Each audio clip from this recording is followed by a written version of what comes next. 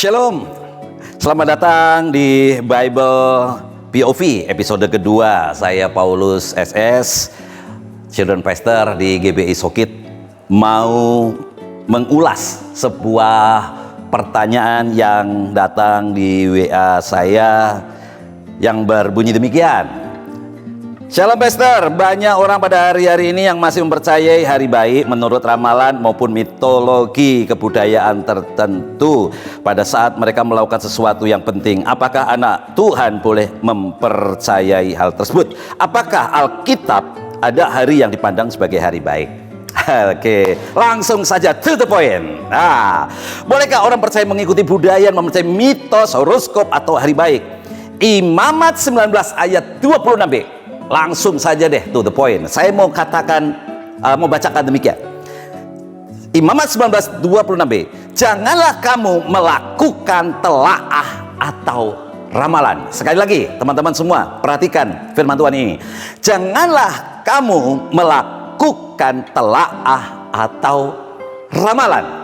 Jadi kalau ada pertanyaan, bolehkah orang percaya mengikuti budaya dan percaya mitos, horoskop atau hari baik untuk melakukan sesuatu yang baik? Contohnya nih, mau cari pekerjaan, mau cari jodoh pasangan hidup, lalu mempercayai horoskop atau perbintangan dan lain sebagainya.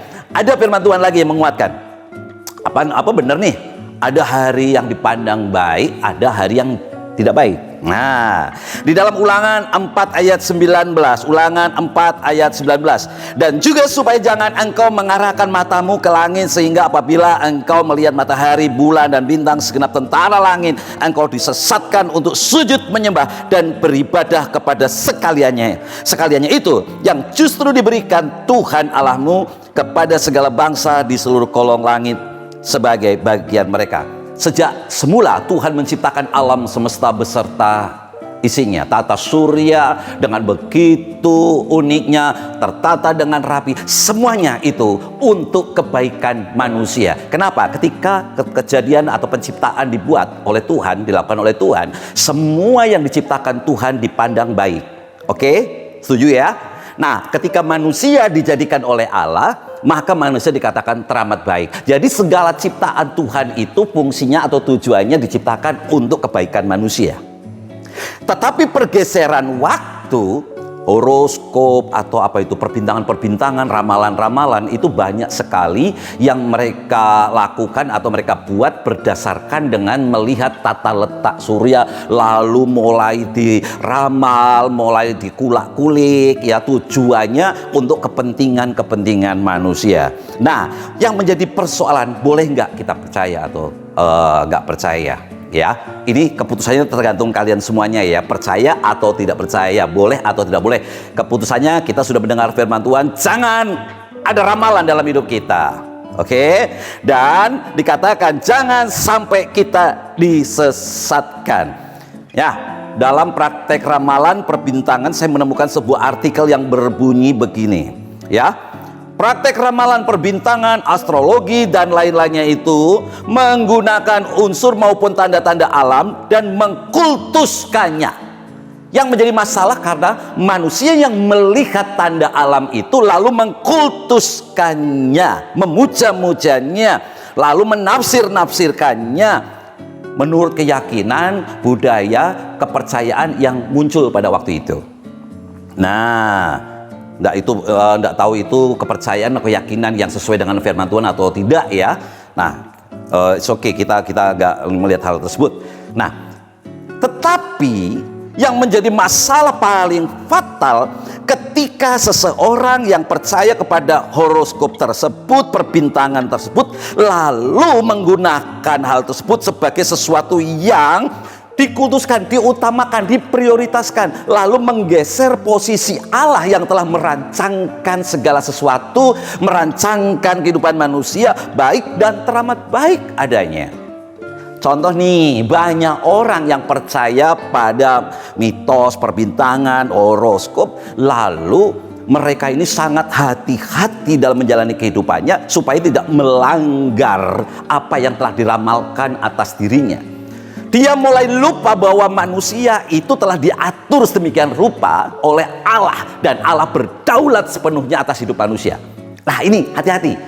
Contohnya ini, ketika kerja, ketika mau melakukan sesuatu, takut kalau nanti melanggar pantangan. Hei, Allah tidak pernah mempersulit hidup kita. Halo, Tuhan kita, Allah Sang Pencipta, membuat segala sesuatunya dengan detail itu untuk kebaikan, tidak mempersulit. Banyak manusia yang akhirnya melupakan Tuhan, melupakan Allah, dan memprioritaskan hidupnya kepada ramalan-ramalan manusia. Padahal firman Tuhan katakan, jangan kita disesatkan.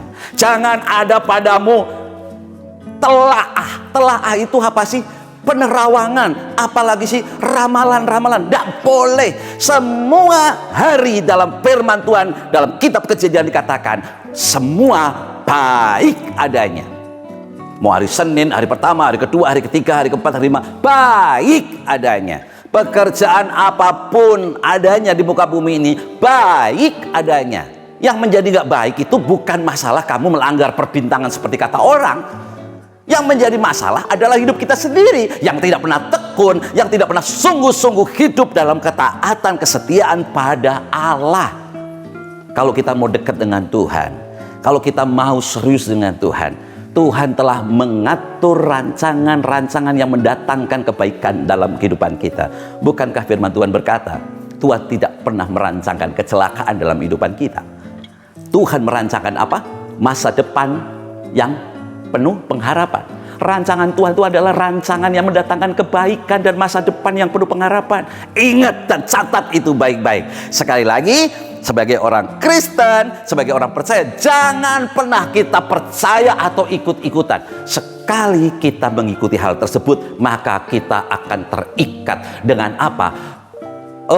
Kuasa-kuasa di udara yang mencoba menjauhkan kita dari rancangan Tuhan dan kuasa Tuhan. Ada yang berkata begini, Om, ini kan sekedar main-main, kan nggak ada salahnya tuh Om. Shh.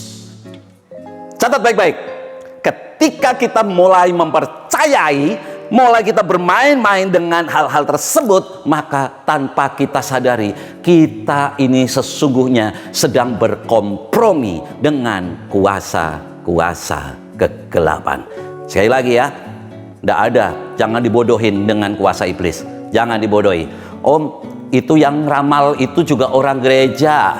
Om, yang ramal itu juga orang yang suka dan rajin beribadah.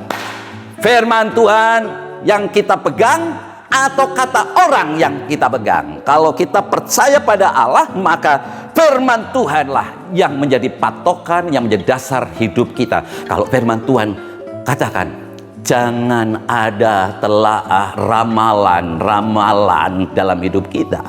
Jangan kita disesatkan oleh ilmu-ilmu perbintangan yang ada di atas. Nggak usah lah, nggak usah aneh-aneh. Nggak usah aneh-aneh. Satu saja, Yesus jadikan nomor satu andalan hidupmu. Yesus sebagai dasar patokan masa depanmu. Yesus sebagai kekuatan, karena pribadinya adalah pribadi yang berdaulat, yang menuntun, membimbing, dan mengarahkanmu ke jalan-jalan yang benar. Oke? Itu dari saya, dari Paulus. Akhirnya saya mau berkata, sekali lagi, percayalah pada firman-Nya, percayalah pada rancangannya. Tuhan Yesus memberkati. Shalom. God bless you all.